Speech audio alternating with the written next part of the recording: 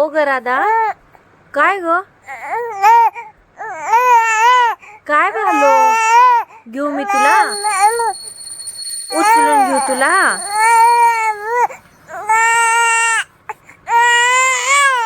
ओ बर थांब थांबा थांबा येते.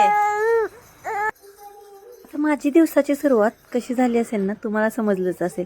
आज सकाळपासूनच रिमझिम पाऊस होता. सकाळी उठल्या, आधी आंघोळ केली आणि त्याच्यानंतर देवपूजा पहिला केली. जसं मी मागे सांगितलं होतं, राधा पहाटे 5 वाजता उठते, एकटीच खेळत बसलेली असते. तिच्या किंचाळण्याच्या तिच्या हसण्याचा आवाज येत असतो आपल्याला. पण जर का तिला समजलं आपण जागा आहे, आपण शिंकलो खोकलो, तिच्या लक्षात येतं आपण जागा आहे, मग मात्र रडायला चालू करते. इकडे माझी देवपूजा चालू होती. तुळशीत अगरबत्ती देवा लावून घेतला सकाळी सकाळी देवपूजा झाल्यानंतर. तोपर्यंत आत्याने आतमध्ये चहा शिजवायला ठेवला होता. सॉरी उकळायला ठेवला होता असं म्हणायला पाहिजे होतं मी. आमच्याकडे अशी बोलायची पद्धत आहे, चहा शिजवला वगैरे असं. पण बऱ्याच वेळा तुमच्या कमेंट येतात ना, चहा उकळला असं म्हणून. आणि आज आम्ही चहा ना या फुलपात्रामध्ये घेतोय, कारण आज पावसाचं वातावरण होतं. चहा आणि खारी खायची होती. सकाळी सकाळी आहो जाऊन खारी घेऊन आली होती. म्हणलं आज चला चहा आणि खारी खाऊया. आत्या रोज चहा घेत नाहीत, कधी तरच घेतात. पण आज वातावरण छान झालं होतं म्हणून चहा बनवला होता.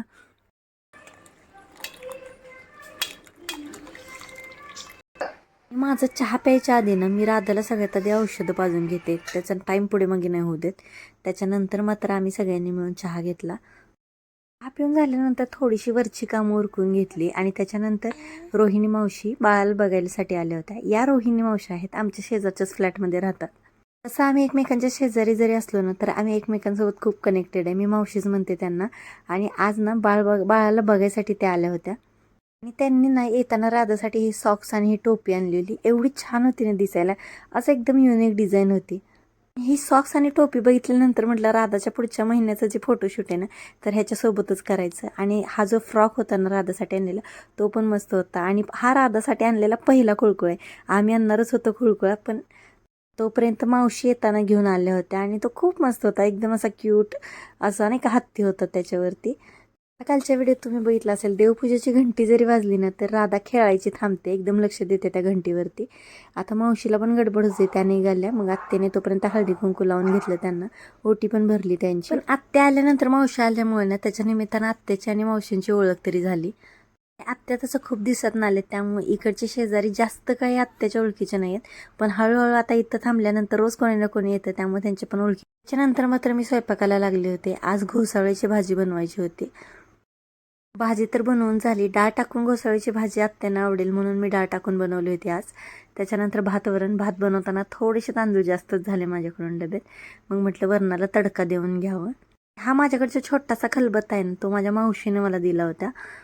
छोटाच आहे पण भरपूर कामाला येतोय. त्याच्यामध्ये लसूण ठेचून घेतला मी आणि मग वरणाला फोडणी दिली.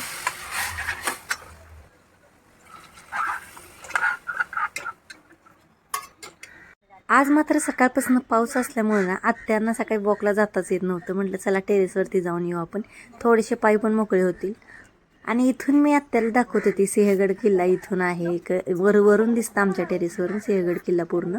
आणि आयुष मात्र म्हणत होता मला उचलून घेऊन दाखव खाली. आयुषला मी समजावून सांगत होते की बाळा मला उचलता येणार नाही तुला म्हणून तो जरा रुसला होता. मग त्याच्यानंतर त्याला थोडंसं लाडीगोडी लावलं. आत्यांना पण बसून बसून कंटाळा येत असेल, म्हटलं आत्यानं म्हणलं इथंच थोडंसं पाय मोकळे करूयात आपण. खाली जायला काय आज जमलं नाही पावसामुळे. त्याच्यानंतर खाली आलो आणि आयुष मात्र राधाला खेळवत होता.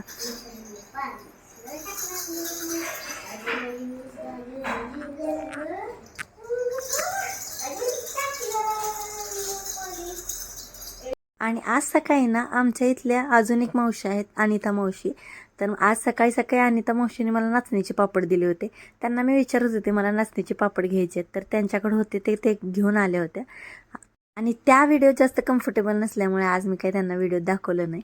पण त्या माझ्यासाठी हे पापड घेऊन आले होते. तांदळाचे वाफेवरचे पापड होते आणि ह्या नाचणीचे पापड. हे वेपर्स पण होते त्याच्यामध्ये. आणि हे नाचणीचे पापड तळले ना एवढे फुलत होते ना. आणि तांदळाच्या वाफेवरचे पापड पण टेस्टला पण खूप छान होते. आज मात्र आम्ही दुपारच्या जेवणात हाच बेत केला होता.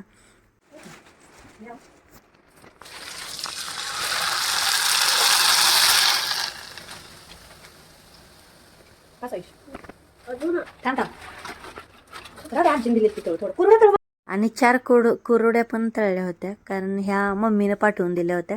मम्मीला पण माझ्या आजीनं दिल्या होत्या, त्या इकडं माझ्याकडे आल्या होत्या. चिमणीचा गल्ट.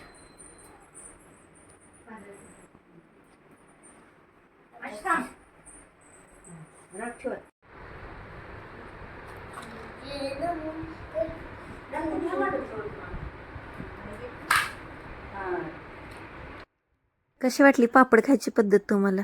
आता हा काय आज पापडावरतीच बेत चालू आहे त्याचा, तसं त्याला बरं नाही, त्यामुळे जास्त काही खाऊ दिलं नाही त्याला. आता हा सिंपल बेत होता, भाकरी, घोसाळीची भाजी, वरण, भात आणि पापड. आत्यांसाठी भाकरी बनवल्या होत्या आणि आमच्यासाठी चपाती बनवल्या होत्या.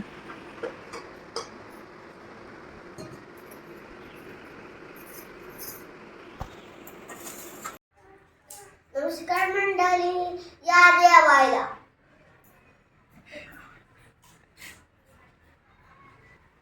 तुम्ही पण या सगळे जेवायला. तर आम्ही इथं जेवायला बसलो होतो, दुपारचं जेवण चालू आहे आमचं इथं. जेवताना आईशी बडबड चालू होती, पण राधाचा पाय बघा पाळण्यातून बाहेर येतोय. बाहेर पाळण्याच्या पायाचा काढते आणि अलगत आतमध्ये पण घेते. त्याच्यानंतर संध्याकाळच्या सिरियल बघायचे चालू आहेत. आत्या सिरियल बघत होत्या, राधा त्यांच्या मांडीवरच होती. तोपर्यंत म्हटलं संध्याकाळची दिवाबत्ती करून घ्यावी. सध्या राधाचा रडायचा आवाज जास्त येत नाही, कारण आत्या नेहमी तिच्यासोबत असतात.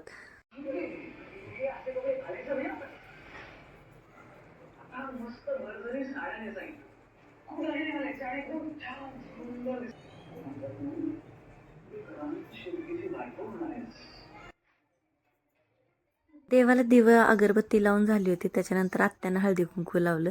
तोपर्यंत राधा आमच्याकडे बघत होती काय चाललंय यांचं.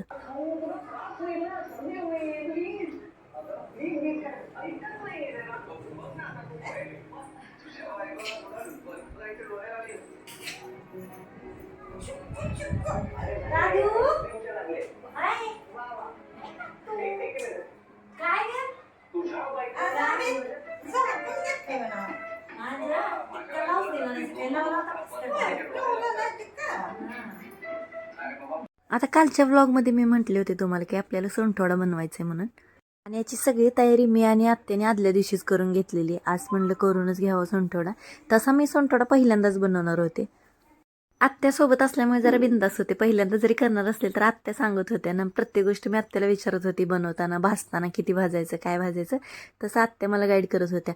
तसं त्या हॉलमध्ये राधाला घेऊन बसल्या होत्या, पण मी प्रत्येक गोष्ट भाजून झाली की त्यांना विचारायची बास काय एवढं म्हणून. मग आत्याने तसं मला गाईड केलं हे सोनठोडा बनवताना. मी म्हणते तसं घरात मोठं माणूस असलं ना जरा थोडंसं बरं वाटतं विचारायला किंवा मार्गदर्शन घ्यायला त्यांचं पण. मग सगळ्यात आधी ना खारीक तुपामध्ये भाजून घेतली होती. त्याच्यानंतर हे खोबऱ्याचे तुकडे केले होते, तर ते पण तुपामध्ये छान भाजून घेतले. जास्त कलर येईपर्यंत भाजले नाहीत, पण बारीक गॅसवर नॉर्मल खमंग वास येईपर्यंत भाजलं होतं. त्याच्यानंतर डिंक आपलं भाजून घेतला. डिंक चांगला फुल द्यायचा, कधी कधी मध्ये कच्चा राहतो, त्यामुळे तो पण चांगला फुलेपर्यंत तुपामध्ये तळून घेतला होता. आत्तापर्यंत एवढं सगळं छान असं तळून झालं होतं. त्याच्यानंतर ना काजू बदाम आपल्याला तळून घ्यायचे होते, म्हणजे थोडंसं तूप टाकून त्याच्यामध्ये भाजून घेतलं होतं. त्याच्यानंतर हे काजू होते, तर ते काजू पण भाजून घेतले होते.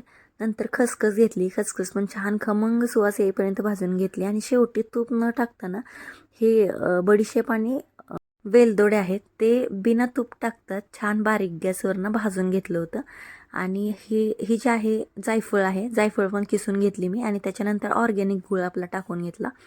गूळ तसा मी खूप थोडा वापरला आहे, तसं तर मला बिना गुळाचंच बनवायचं होतं, पण कसं लागते म्हणून आत्या म्हटलं थोडासा गूळ टाक, म्हणून गूळ टाकले. आणि त्याच्यानंतर मिक्सरवर एकदम थोडं थोडं घेऊन बारीक केलं, नाहीतर मिक्सरचं काम झालं असतं, जरा जास्त झालं असतं. तर खारीक बारीक करताना नॉर्मली मिक्सर थोडा खराब होतो, ह्याच्या आधीचा एक्सपिरियन्स होता, त्यामुळे म्हटलं थोडं थोडं घेऊनच सोनठोडा बारीक केला. आणि सोनठोडा जर जास्त असताना बाहेर दळून पण भेटतो, पण हा असतानाच एवढ्या थोड्या क्वांटिटीमध्ये होता, त्यामुळे मग मी मिक्सरमध्ये बारीक करून घेतला.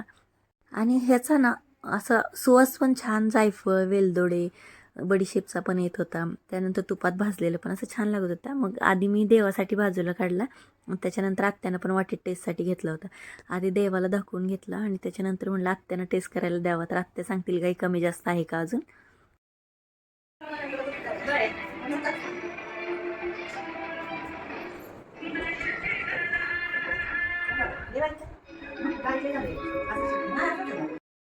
बाकी सोनठोड्यात अजून काही तुम्ही घालता का ते मला कमेंटमध्ये नक्की सांगा. आणि जर व्हिडिओ आवडला असेल तर चॅनेलला नक्की सबस्क्राईब करा. चला आता भेटूया पुढच्या ब्लॉगमध्ये. बाय.